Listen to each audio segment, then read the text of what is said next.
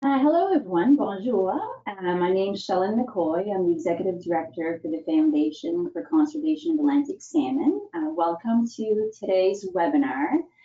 Before we begin, I just want to give a quick reminder that we do have AI translation. So if you want, the presentation today is in English, but if you did want to hear it in French, you can go in the chat, and the instructions on how to connect and have that service is all written here for you.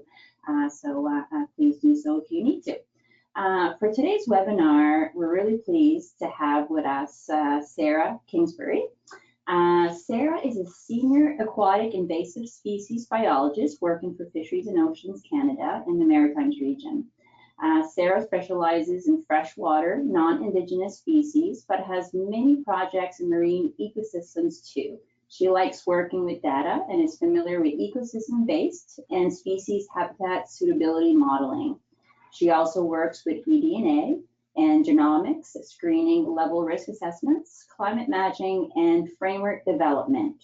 Mainly, she likes to work on projects that contribute to aquatic invasive species management. Previously, Sarah completed her master's thesis at St. Mary's University in Halifax, Nova Scotia, studying in Chinese mystery snail. Her bachelor in chemistry was completed at the Royal Military College in Kingston, Ontario.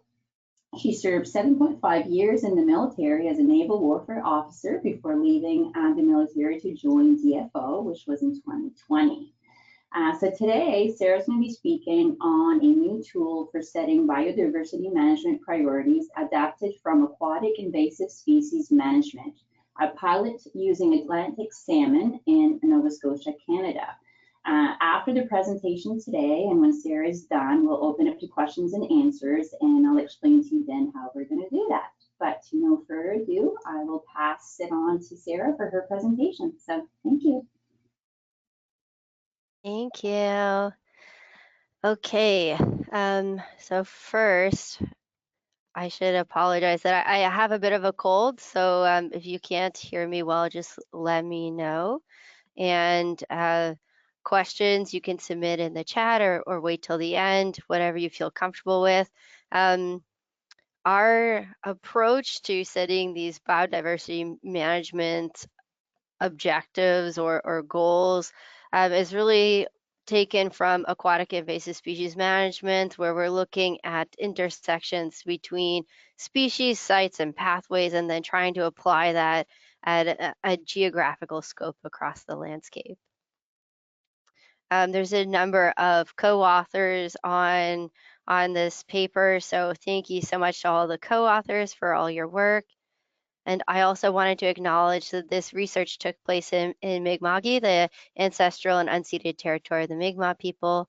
And we'd like to thank the Mi'kmaq for their stewardship of the land, and to all those that came before us, researchers and NGOs and academics that have worked on stewardship and the collection of data that made this research possible.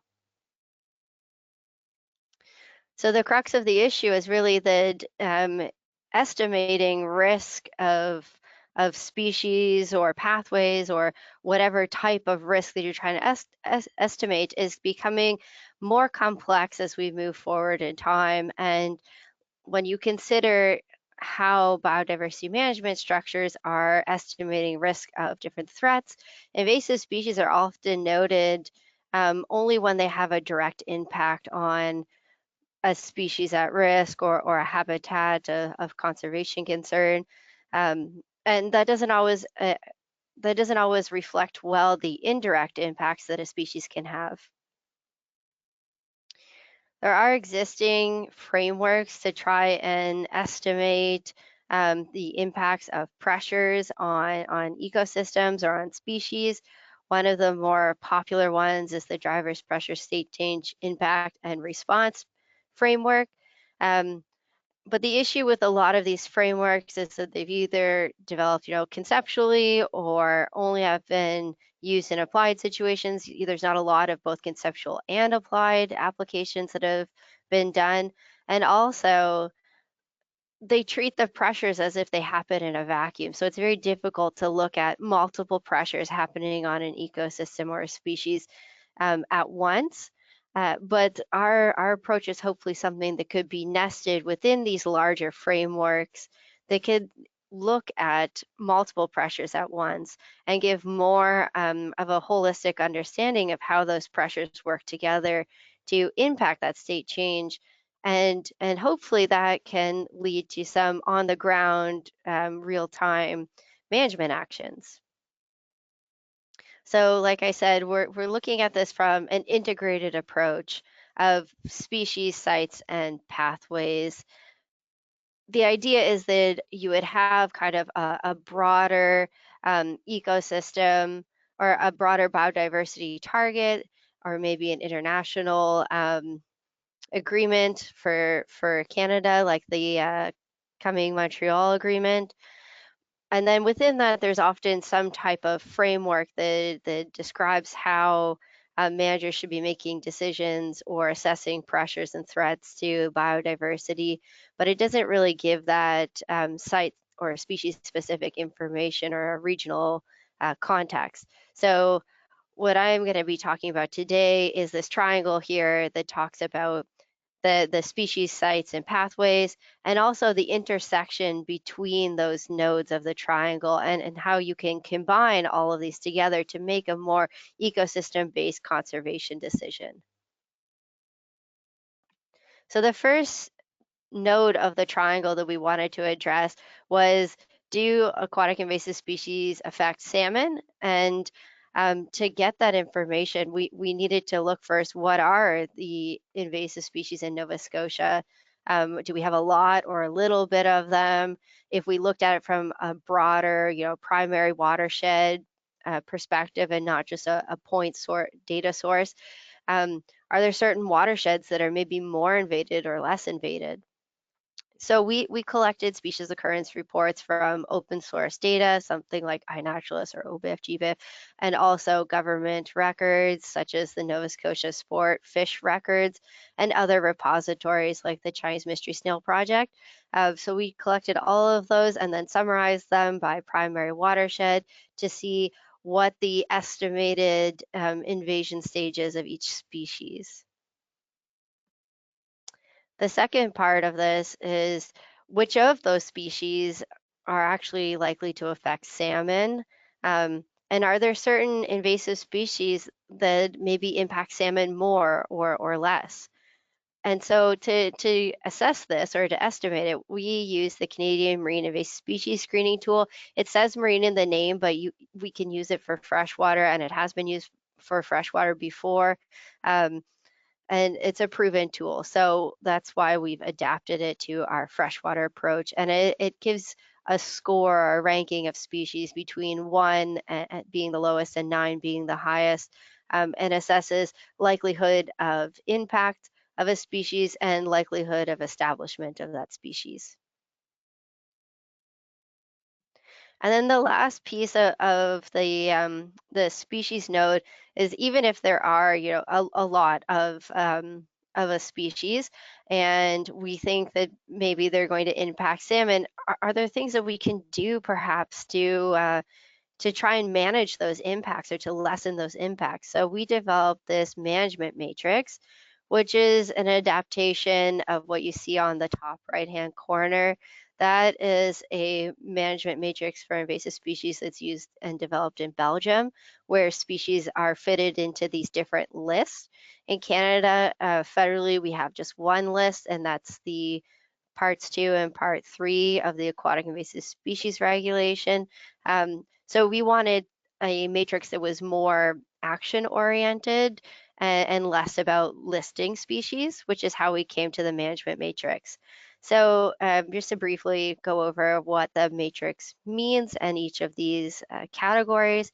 Along the x-axis, you'll see the CMIS score. So this is the global CMIS score. So if you combine likelihood of establishment with likelihood of impact together, it'll give you a global score.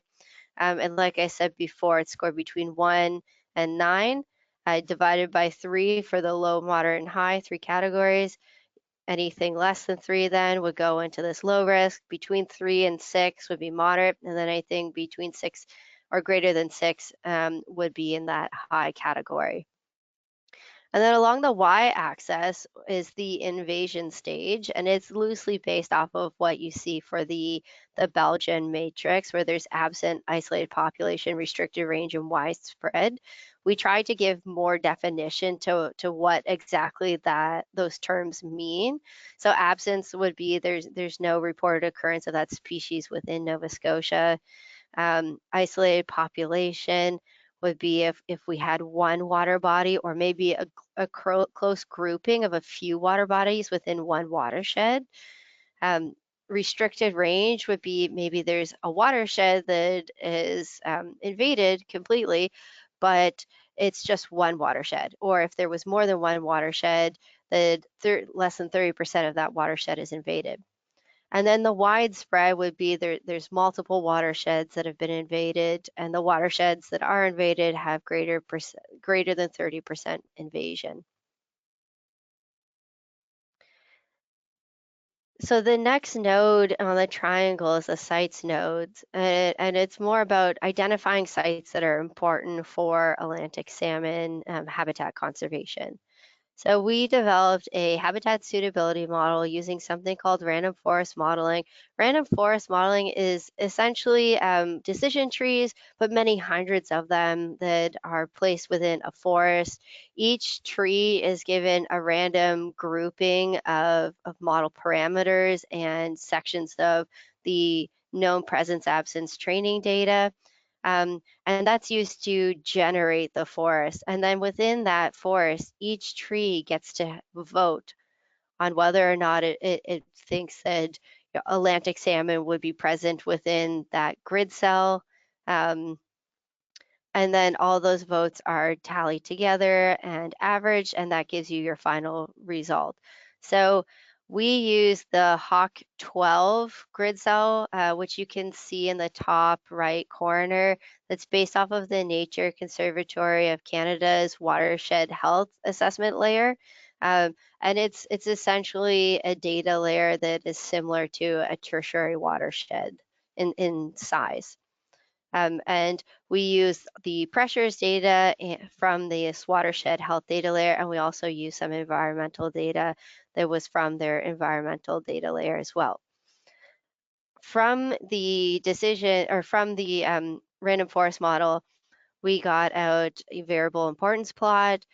Those plots can give some estimation or indication of which parameters of that habitat suitability model were more or less important to accurately predicting Atlantic salmon presence absence. Um, so theoretically, something that is more associated with predicting Atlantic salmon presence would be more important to the habitat quality or quantity that would be impacting that species. We also created correlation plots to see what is currently overlapping in terms of pressures and Atlantic salmon populations. And I should say too that the model was created based off of known presence absence data of Atlantic salmon. So sometimes when models are created, especially with invasion ecology, pseudo absences are used, but in this case, we had true absences. And then the last node on that triangle would be the pathways node. And we looked at what we called vectors, or you could consider it sub-pathways if you're using the CBD standardized terminology. And we assessed what pathways were present and active in Nova Scotia just through Google searches of common pathway names. And we noted where geographically those pathways were. So now it's more of the interesting part, I guess. So the intersection of these nodes and how do we bring it all together? The first intersection is that species site node. And to assess that intersection, we developed flower plots, which was adapted from the Ocean Health Index flower plot concept, which summarizes the data available of positive and negative habitat attributes. So an example of a positive attribute for freshwater would be presence of a park and protected areas. A negative habitat attribute might be something like presence of boat launches or greater disturbance of a habitat.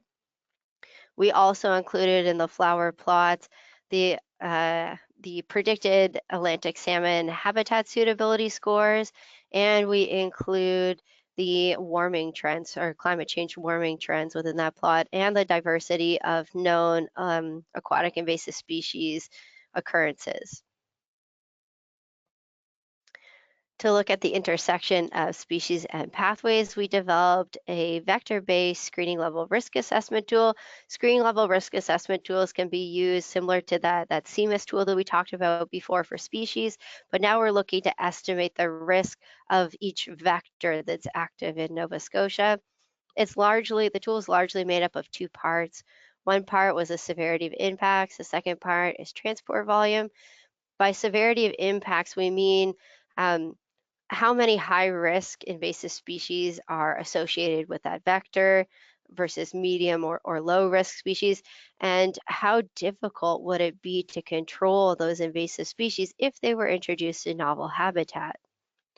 That second portion on transport volume is more about the vector itself. So how many individuals can that vector carry or introduce per introduction event? Is it a lot or a little? And how frequently is that vector active within Nova Scotia? And then the last intersection that we wanted to look at was pathways and nodes. So we took that vector-based screening level risk assessment tool and we applied it across the 46 primary watersheds in Nova Scotia to give us more specific details on vectors that could be controlled or mitigated within each watershed. So that was a lot of jargon and rapid fire. So I just wanted to quickly summarize what the broad concepts were that were done. So under the species node, we identified invasive species, we determined which watersheds had more or less invasive species, and we assessed the risk of those species. And then we tried to find solutions to mitigate impacts to Atlantic salmon from those invasive species. For the sites node, we looked at predicting which habitats would be more suitable for Atlantic salmon, and we looked to see what pressures are more or less associated with salmon presence absence, and we looked to see what pressures are currently correlated with Atlantic salmon presence and absence. And then under pathways, we were looking to see what vectors are present and active in Nova Scotia and where those vectors are active. And then between those nodes, we had the flower plots. We had applying the vector-based screening level tool between all of the watersheds. And then we also had the vector-based screening level risk assessment tool that actually built upon the species screening level risk assessment tool, which was CMIS. So when we bring this all together, our hope was to get very specific on what species, so what invasive species we need to be concerned with, what pathways are likely to bring new invasions to areas that are important for Atlantic salmon. Okay, so results for the species. We had 8 invasive species over a number of taxa. So we included aquatic plants, decapods, mollusk, and pescivorous fish. And you can see kind of how these species fell within the matrix. I did want to briefly explain a little bit of what the categories mean. So for vector-based spread or mitigation, we'd be looking at maybe developing plans or outreach materials or what have you that deal with vectors that are associated with that species. So we don't want to spend the time and energy to develop a species-specific response plan because the impact of that species is less than maybe the effort we'd want to put in. But by controlling the vector or mitigating the vector, we would have that species captured within that vector-based spread, whereas a species-based response plan would be specific to that species in novel habitat. I did include the the establishment plot for smallmouth bass. And you can see there's this real clear north-south Nova Scotia divide between where we see a lot of reports of smallmouth bass versus where we see no detections or very few detections.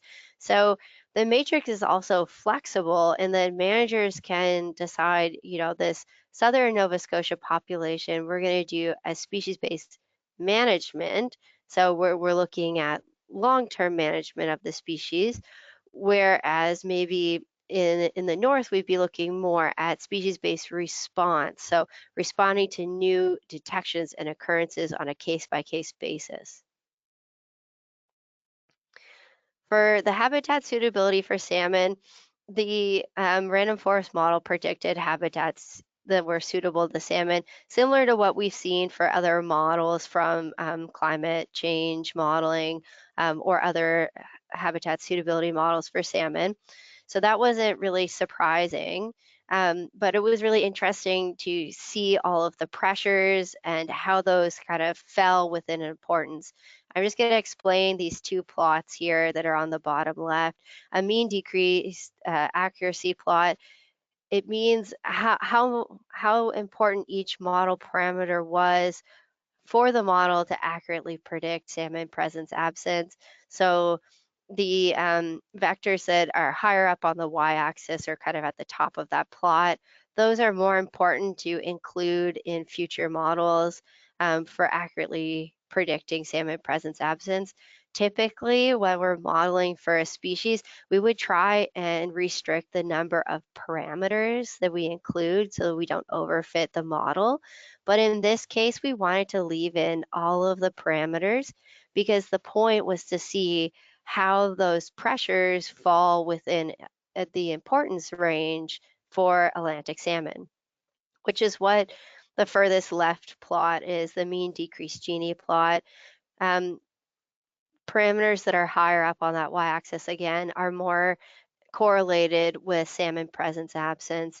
So things like velocity of water temperature change or water temperature change over distance or other things that are impacting temperature, such as clear cutting of adjacent land, those parameters were scoring much higher than something like presence of non-native fish, which was kind of low mid-range. And I'm going to talk about that more when we go to the correlation plots.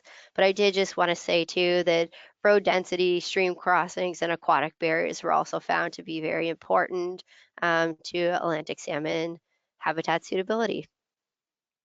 So when we look at the correlation plot, you can see the green arrows are pointing towards the non-native fish present and the yellow arrows pointing towards the salmon presence. The way that you can read this plot is you would go across one side of it and you can look at the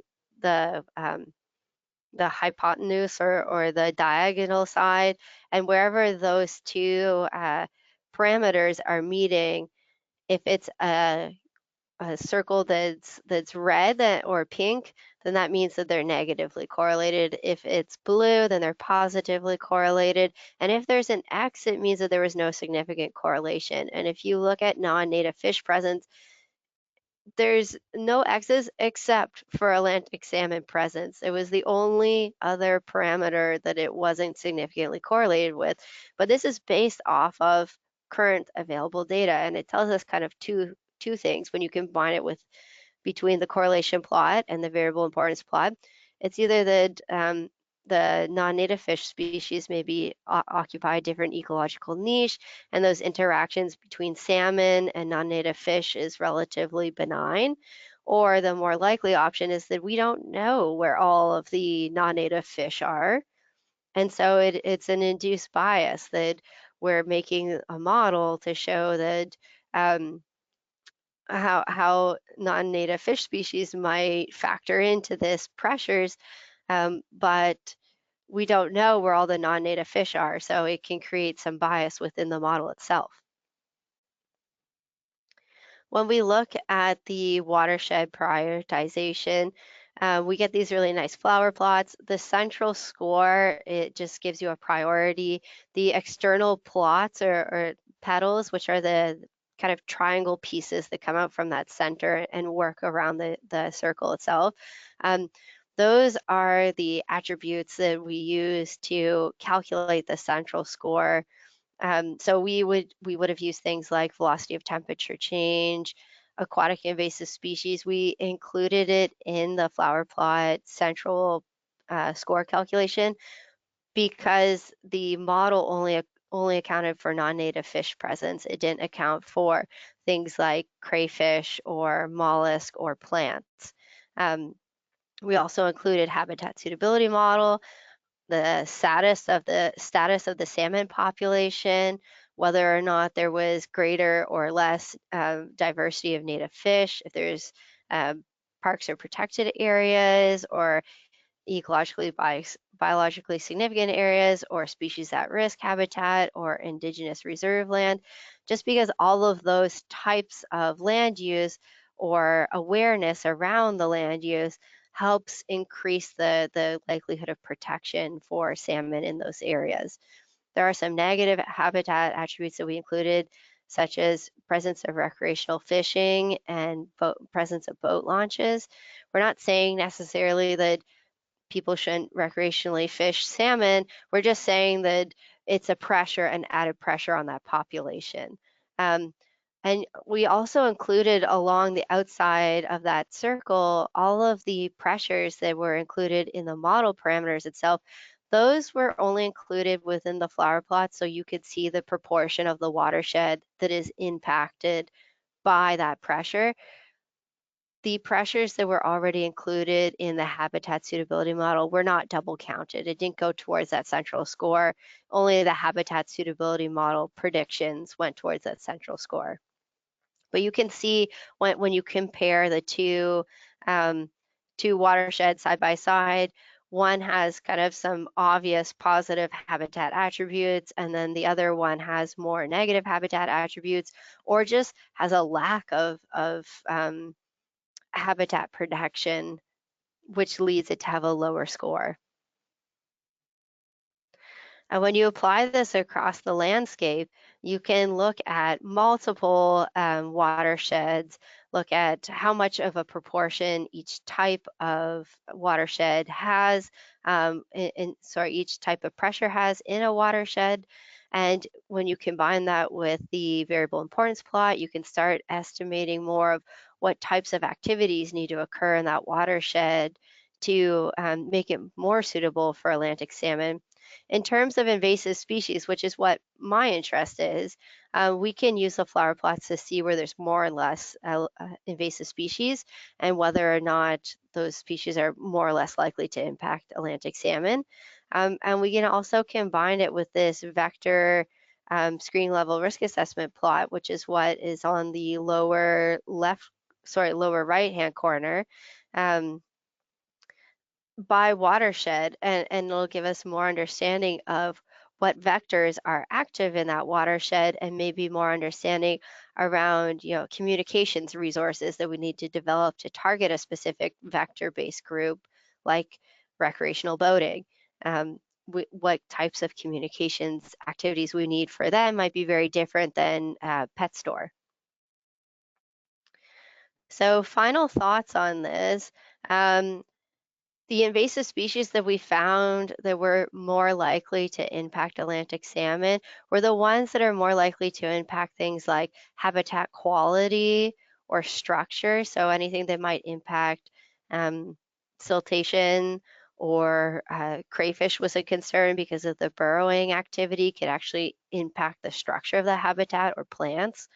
Are a good example of an invasive species that completely changes the structure of the habitat and the flow regime of the habitat. We likely don't know where all of the native fish, non-native fish species are, and that's impacting our understanding of how non-native fish are correlated or not with Atlantic salmon. And so there's more research that's needed to be done to fill those gaps, but hopefully this project offers a good jumping off point for anyone who's looking at either applying a similar approach to New Brunswick and PI if they wanted to, or maybe looking more deeply into the questions that we found around non-native fish impacts on Atlantic salmon and understanding more what those interactions are. We are hoping that this type of approach could be used by other managers in other types of conservation scenarios, not just about Atlantic salmon or even about invasive species, but the idea of looking between species, sites, and pathways is really the concept that we want to bring home, that you can take this and apply it to all kinds of conservation decision making that would be more holistic and transparent and backed by data. I did include just a few screenshots of the manuscript. It's published and it details all of our data sources and how we used it. So if you have more questions about that, be sure to check out the supplementary materials in that paper. And then there's also a blog post on the applied ecologist that's really good for sharing this and communicating the science behind it in more of a layman's terms. And lastly, I just wanted to thank all of you for coming, and thank you to all of my science mentors, the DFO invasive species team, and the Maritimes salmon science team, all of the reviewers and editors, and especially the Nova Scotia Department of Fisheries and Aquaculture's, the Inland Fisheries Division. We work with so closely, and we really have a shared responsibility in Nova Scotia for management of invasive species. And that is it. Thank you. Thank you, Sarah. Thank you for taking the time to present and share all this information. We can open it up to questions and answers now. We do have time allocated for that. For those that have been with us before, or for anybody that's new, the preference would be for you to raise your hand and I will unmute you, and then you can ask your question so Sarah can answer. Or if you have any technical difficulties, you can always type it in and I can read it out loud. So please feel free to ask questions if you have any.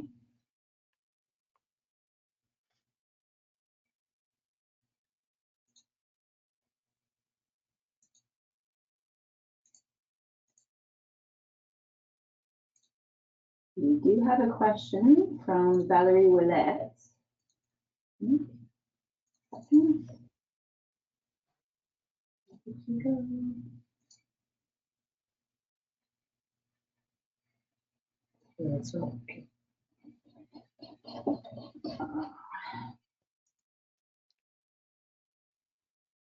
Technical difficulty on my end.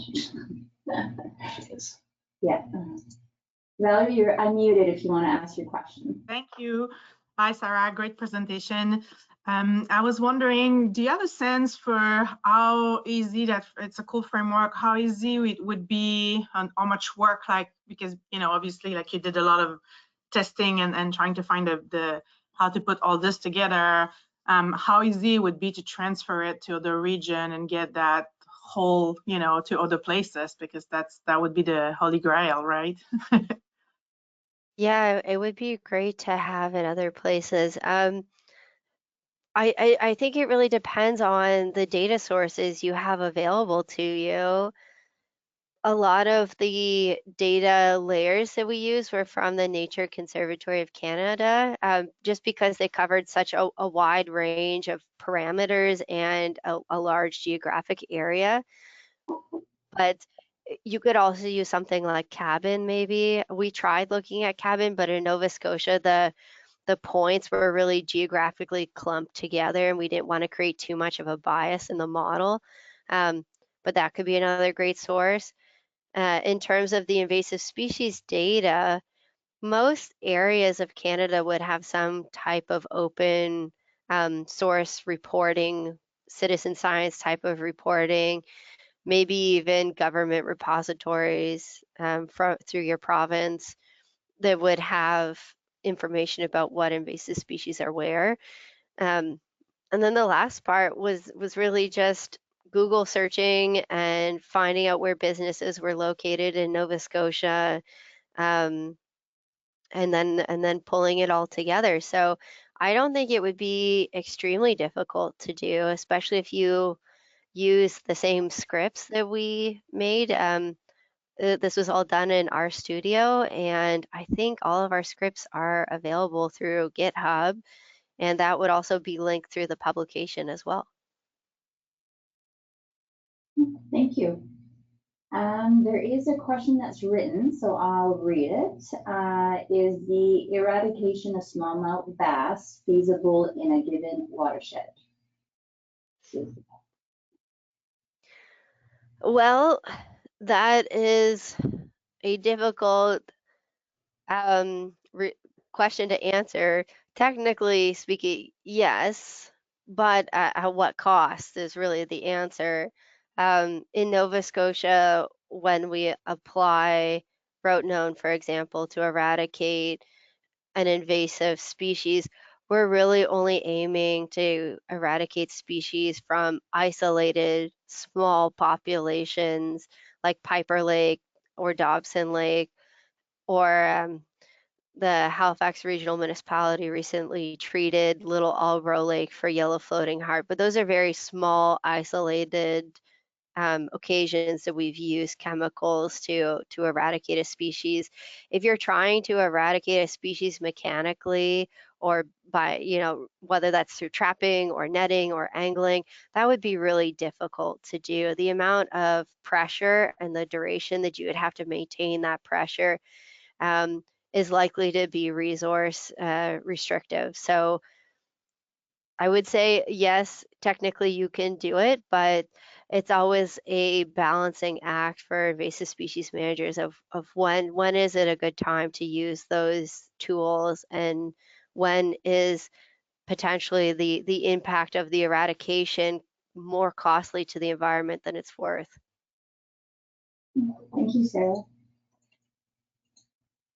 And I think for now, let's give it a couple of seconds, but it might be our last question.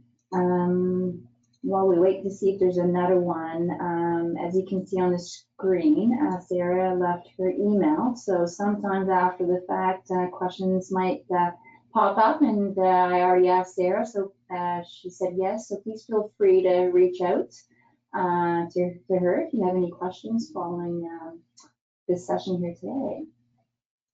So it does look like that is the end of our questions and answers. So I just want to say a special thank you to Sarah to take the time today to be part of this webinar series and share your presentation with us. It is going to be recorded, so it will be on our YouTube page with all the other webinar sessions that we've had in the past. And I also wanted to put a note in that the next webinar series is November 20th. We do have 2 this month. It's going to be by Cindy Bro. She will be speaking on the multi-decadal marine growth profiles from Atlantic salmon scales in the North Atlantic. So please come back in a couple of weeks. Wednesday at 2 o'clock is usually when we have our sessions, and join us once again. So Sarah, thank you so much, and thanks everybody for joining us today. I hope to see everybody soon. Yeah. Thank you.